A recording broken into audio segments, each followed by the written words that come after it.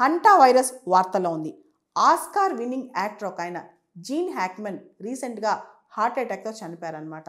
ఎందుకు అంటే బెట్సీ భార్య రీసెంట్గా హంటా వైరస్తో చనిపోయిందనమాట. యుఎస్ అథారిటీస్ దీన్ని కన్ఫర్మ్ చేశాయి.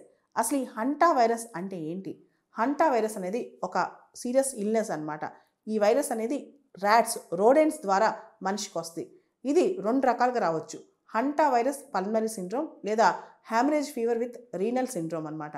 అమెరికా వాళ్ళ centre for disease control and prevention వాళ్ళ కథనం ప్రకారం ఈ హంటా వైరస్ అనేది 2 రకాలుగా ఇల్నెస్ తీసుకొస్తుంది అనమాట. ఒకటి హంటా వైరస్ పల్మనరీ సిండ్రోమ్, రెండోది haemorrhage fever with renal syndrome అనమాట.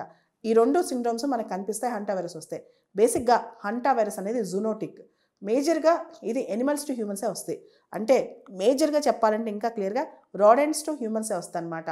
మెయిన్గా హ్యూమన్స్ రాడెంట్స్ ఎలుకలకు సంబంధించిన యూరిన్ కానీ సెలవా కానీ ఫీకస్ కానీ టచ్ చేసిన ఏరోజాల్స్ ద్వారా వాళ్ళకి ట్రాన్స్ఫర్ అయినా సరే హంటా వైరస్ సోకిద్ది అనమాట.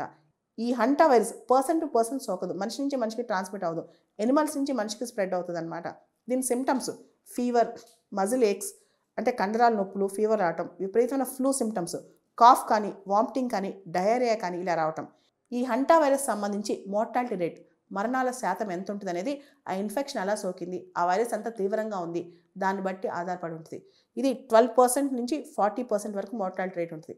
అయితే హంటా వైరస్లో కూడా ప్రపంచవ్యాప్తంగా దాని ఇన్ఫెక్షన్ రేటు మారుతూ ఉంది ఆ పరిస్థితులను బట్టి. మోస్ట్గా అంటే మనం ఎక్కువ గమనించేది 2 రకాల కామన్ డిసీజెస్. హంటా వైరస్ వల్ల 2 రకాల ప్రాబ్లమ్స్ వస్తాయి. ఒకటి హంటా వైరస్ పల్మనరీ సిండ్రోమ్, ఇది ఎక్కువగా నార్త్ అండ్ సౌత్ అమెరికా, ఉత్తర దక్షిణ అమెరికాలో ఎక్కువ వస్తుంది అనమాట హంటా వైరస్ పల్మనరీ సిండ్రోమ్ అనేది. రెండోది haemorrhage fever with renal syndrome, ఇది ఎక్కువగా యూరోప్, ఏషియాలో వస్తుంది అనమాట. జనరల్గా 5 రకాల రోడెంట్స్, 5 రకాల ఎలుకల వెరైటీస్తో ఎక్కువగా హంటా వైరస్ సోకుద్ది అనమాట. 1 deer mouse, 2 cotton rat, 3 rice rat, 4 white foot mouse, 5 red backed vole అనమాట. ఈ 5 రకాల రోడెంట్స్ ద్వారా హంటా వైరస్ ఎక్కువగా సోకుద్ది. హంటా వైరస్ అనేది ఎక్కువగా స్ప్రింగ్లో, సమ్మర్లో ఎక్కువగా వ్యాపించుద్దంట. అంటే వసంతకాలంలో తర్వాత ఎండాకాలంలో ఎక్కువగా వ్యాపిస్తూ ఉంటుంది.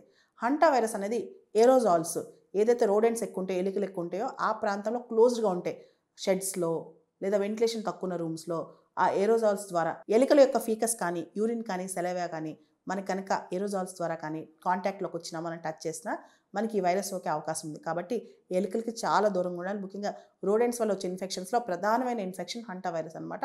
దాంతో మనం చాలా కాషియస్గా ఉండాలి. ప్రత్యేకంగా సివిల్ సర్వీసెస్ ఎగ్జామ్ సంబంధించి ఏ ఆప్షన్ చూస్ చేసుకోవాలి, ప్రిపరేషన్ ఎప్పుడు స్టార్ట్ చేయాలి, ఏ బుక్స్ రిఫర్ చేయాలి, ఇలాంటి డౌట్స్ ఉంటే CSBIS అకాడమీని కాంటాక్ట్ అవ్వచ్చు. దీనికి సంబంధించి నా పర్సనల్ అపాయింట్మెంట్ ఈ వీడియో పైన డిస్ప్లే అవుతున్న కాంటాక్ట్ నెంబర్కి ఫోన్ చేసి తీసుకోవచ్చు.